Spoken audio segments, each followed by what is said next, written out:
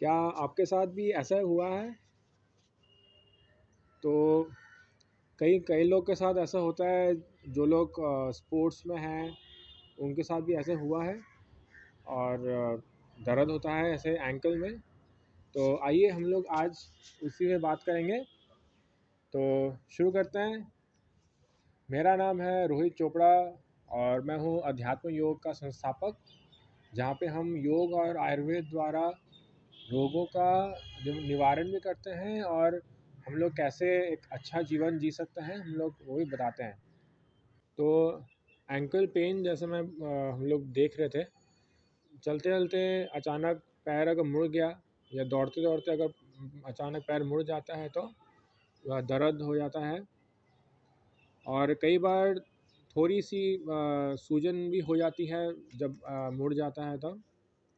कई बार पता ही नहीं चलता, पैर मुड़ गया तब ठीक रहता है, पर हो सकता है कि शाम को या दूसरे दिन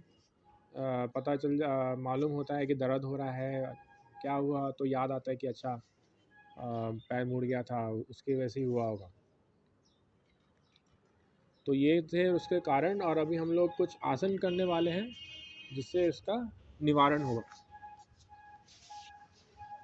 तो ऐसे सीधा पैरों को सीधा कर लीजिए ऐसे, और दोनों हाथों को ऐसे रख सकते हैं। तो एक चीज़ मैं बोलना चाहूँगा, अगर बहुत ज़्यादा दर्द हो रहा है और पैर भी सूज चुका है, बहुत ज़्यादा दर्द हो रहा है, तो मतलब हो सकता है कि फ्रैक्चर हुआ हो। अगर बहुत ज़्यादा दर्द हो रहा है अगर, तो फिर आपको एक डॉक्टर को दिखाना पड़ेगा। और अगर हल्का हल्का दर्द हो रहा है, सहनीय है, तो फिर फ्रैक्चर नहीं हुआ है। हल्का हल्का दर्द हो रहा है, कभी कभार थोड़ा चल रहे हैं तो दर्द हो रहा है, वैसे नहीं दर्द हो रहा है। कंटिन्यूसली अगर दर्द नहीं हो रहा, तब उसका मतलब कि हल्का फुल्का आपको स्ट्रेन हुआ है, तो फिर आप इन आसनों को करने से आपको लाभ होगा। या जिनको पहले हुआ हुआ है स्प्रेन, वो लोग भी और थोड़ा ठीक हो चुका है, तो वो लोग भी इस आसन को थोड़ा सा कर सकते हैं। उससे इनके एंकल्स जो हैं ये मजबूत होंगे। एंकल्स का संस्कृत शब्द है गुल्फ। तो सबको हो सकता है पता नहीं हो गुल्फ। तो पहला आसन है गुल्फ नमन। तो इसको हम लोग कैसे करेंगे? श्वास को लेते हुए ऐसे पैरों को पीछे करेंगे और श्वास छोड़ते हुए आगे।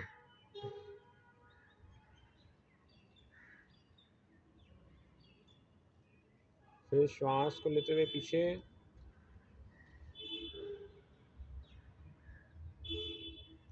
श्वास छोड़ते हुए आगे। तो जब आप पीछे जाएंगे तो आप 5 काउंट तक उसको रोक सकते हैं, 5 से। उसके बाद फिर आप आस्ते से 10 काउंट तक रोक सकते हैं, और फिर आगे जाके वैसे ही 5 से 10 काउंट आप इसको रोक सकते हैं। 1 2 3 4 करके 10 काउंट तक ऐसे रोक सकते हैं। 5 से 10 काउंट जितना आप आराम से रोक सकें। और इस क्रिया को आप दिन में आप इसको 10 बार, सुबह में 10 बार कर सकते हैं। उसके बाद शाम को आप भी इसको कर सकते हैं। आप पर उसी हिसाब से आप देख के कीजिए कि शाम को अगर आप कर रहे हैं तो आपको कैसा लग रहा है उस हिसाब से। वैसे हल्का फुल्का कुछ है तो उतना दिक्कत नहीं होना चाहिए। सुबह एक बार, शाम को एक बार भी कर सकते हैं इस आसन को। अगर सूजन अगर होती है पैरों में, अगर कभी कभी जो है हल्की सी सूजन आ जाती है, और कई बार वाटर रिटेंशन होता है कोई कोई लोग को, तो आप लोग जो है इसको कर सकते हैं इस आसन को। इस आसन से जो है ब्लड सर्कुलेशन फिर पूरे पैर में आपका अच्छा होता है, बढ़िया होता है इन तीनों आसनों से। और फिर आस्ते आस्ते सूजन भी आपकी ठीक हो जाएगी। तो ये वाला आसन आप मैंने बताया गुल्फ नमन। अभी दूसरा आसन है गुल्फ चक्र। तो गुल्फ चक्र के लिए ऐसे श्वास को लेके हम लोग पीछे आएंगे और श्वास छोड़ते हुए आगे। तो ऐसे देखिए, बड़ा चक्र बनाएं, जितना बड़ा आप आराम से बना सके उतना बड़ा चक्र बनाइए। पूरा बड़ा चक्र बना रहा हूँ, तो जितना बड़ा चक्र बनाएंगे उतना जो आपके पैरों की मांसपेशियाँ जो आपके गुल्फ से जो कनेक्टेड हैं, जुड़ी हुई हैं, वो आपकी मजबूत होंगी, दोनों पैरों की मांसपेशियाँ, और उससे आपका जो गुल्फ है वो भी मजबूत होगा। तो उसको आप जैसे 10 बार आस्ते आस्ते करके श्वास के साथ 10 से 15 बार इसको आप क्लॉकवाइज करें, और उसके बाद फिर उल्टी दिशा में एंटी क्लॉकवाइज ऐसे 10 से 15 बार कीजिए।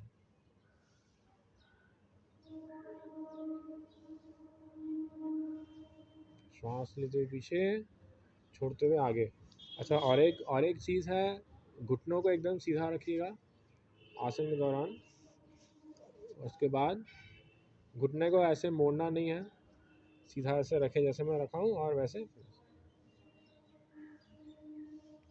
एकदम आराम आराम से। थोड़ा सा अगर घुटना हिलेगा तो वो हिलना अलग चीज़ है, पर सीधा ऐसे जितना हो सके सीधा रखते हुए जैसे मैं कर रहा हूँ वैसे कीजिए। ठीक है, तो अभी हम लोग आएंगे तीसरे आसन पे, जानु सिर आसन। तो इसको कैसे करेंगे? राइट पैर राइट पैर को मोड़ें, और उसके बाद पैर को ऐसे नीचे रख लें,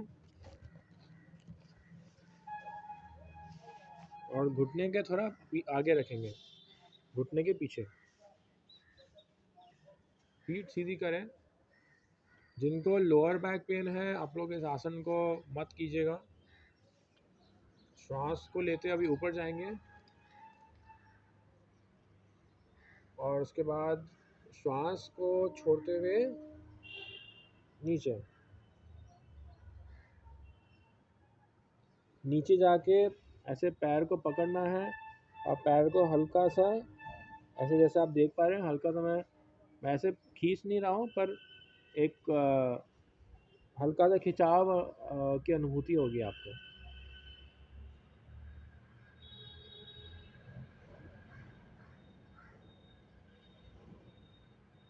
जो लोग आराम से नीचे जा सकें, आप लोग और भी नीचे आ सकते हैं, या केवल इतना ही करें। जो लोग जिनको दिक्कत हो रहा है उतना आगे आने में, आप लोग क्या करें, एक कोई भी एक कपड़ा लीजिए, कपड़े को ऐसे फंसा के, फिर ऐसे करके कपड़े को ऐसे पकड़ के रखें, ऐसे करके। जो लोग आगे इतना नहीं जा पा रहे हैं ऐसे करके कर सकते कपड़े को।